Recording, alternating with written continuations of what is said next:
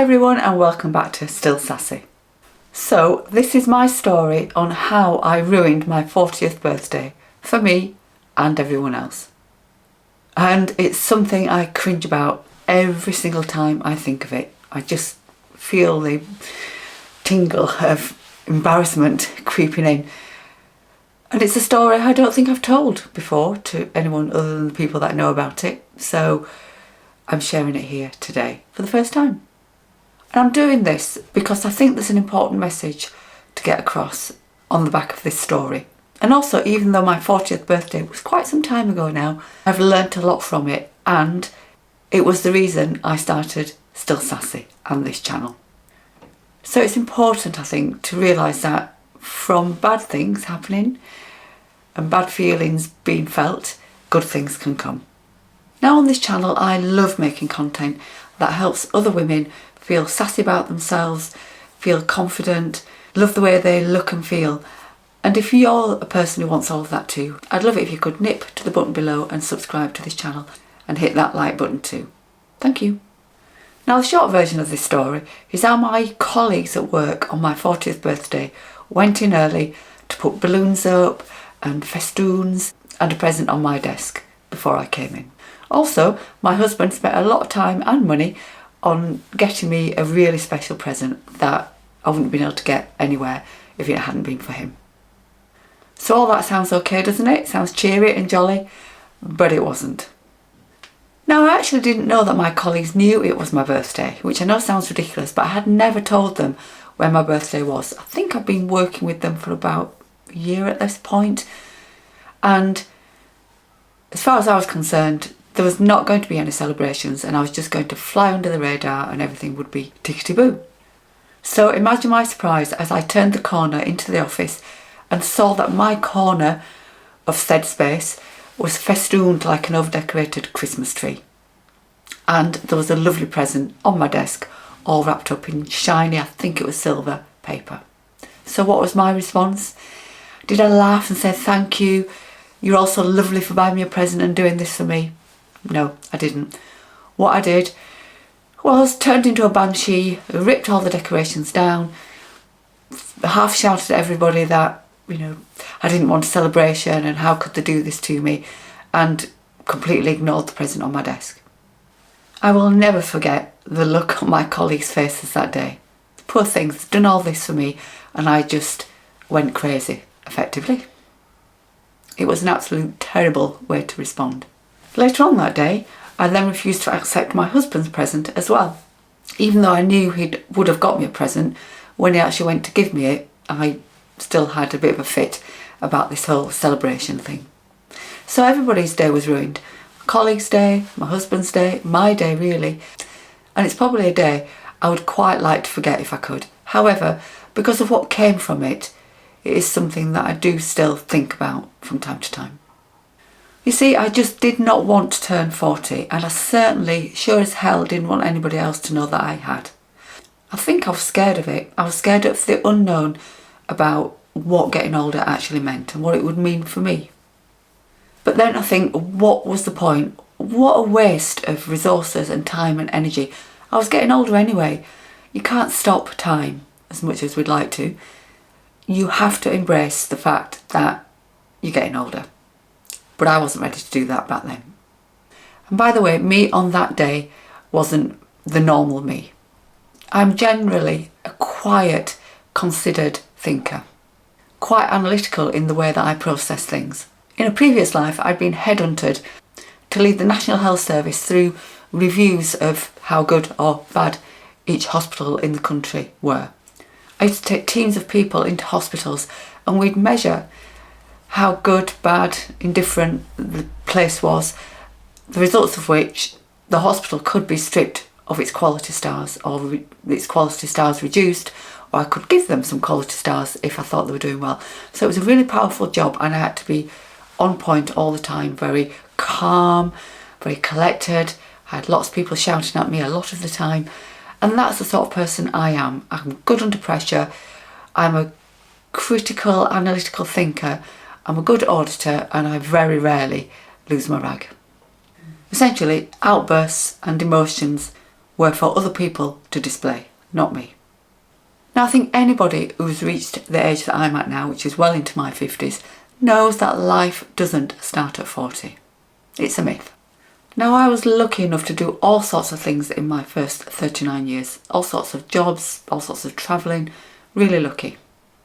And while I have to agree that life got different at the age of 40, it certainly didn't get better. And it took a long while for things to start feeling okay again. It's a funny period, I think, in our lives, turning 40. You know, our kids are growing up, well, possibly into teenage years, having tantrums themselves, being awkward. Our parents may be getting sick, and often we're at a point in our career where the pressure is quite immense. Yeah, we are often having a lot of success at work at that point, but it comes with a price, mostly. Now, those work pressures and responsibilities can bring with it a feeling of needing to conform. It's quite difficult to stomp around in a ball gown and Doc Martens, which is how I used to like to dress back in the day, when you're a senior manager in something like the health service or the government or wherever it is that you've got your high-powered job, or any job really.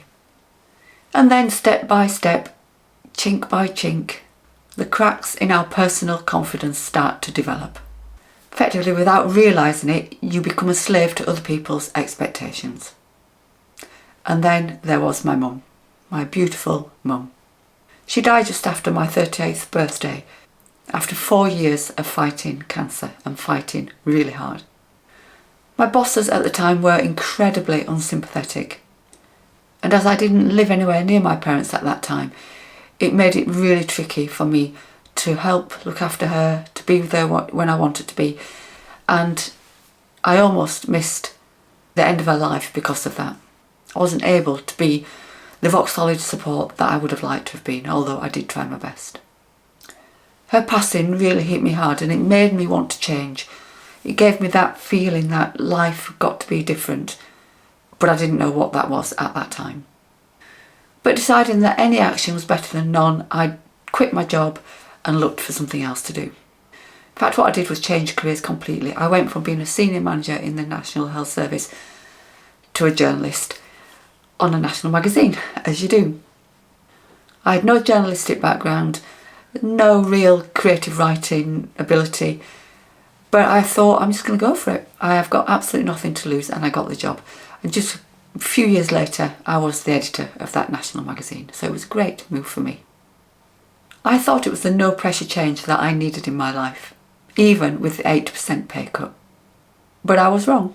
The need to learn a whole new set of skills that I'd never done before, at a time when my emotions were still shot to pieces, just piled on more pressure, piled it on and piled it on. Although I loved the job, I loved the team I was working with, I loved the readers of the magazine, loved everything about being a journalist, but it was pressure back then. So as my 40th birthday approached, this team of journalists did what they always did and decided to give me a bit of a celebration. And I destroyed everything because the sadness of losing my mum, the grief of that, the confusion, it all came out at once. It was just overwhelming.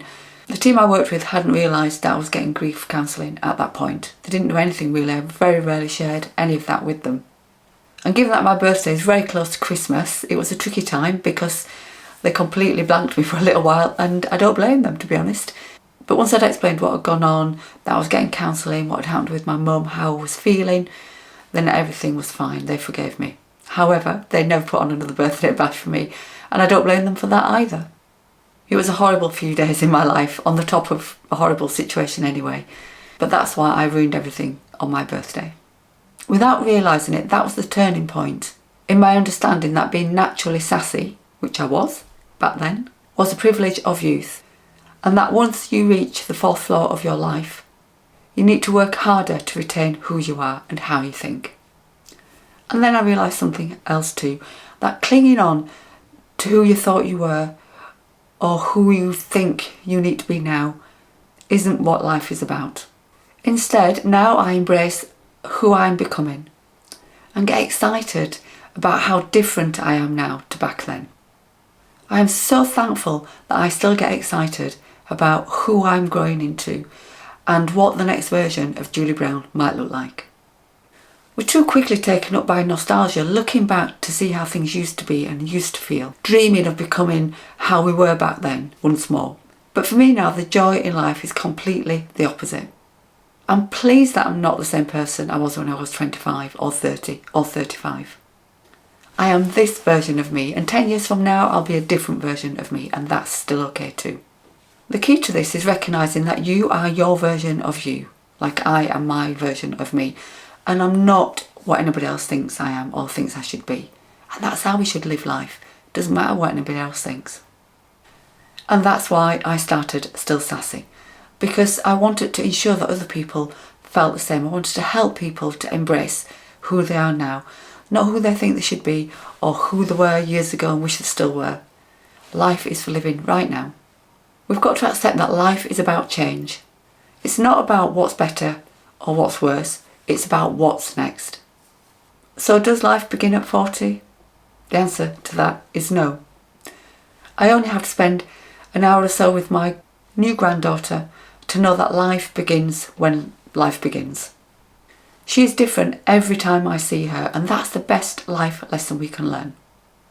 Life begins every day when you get out of bed on the right side with the right attitude.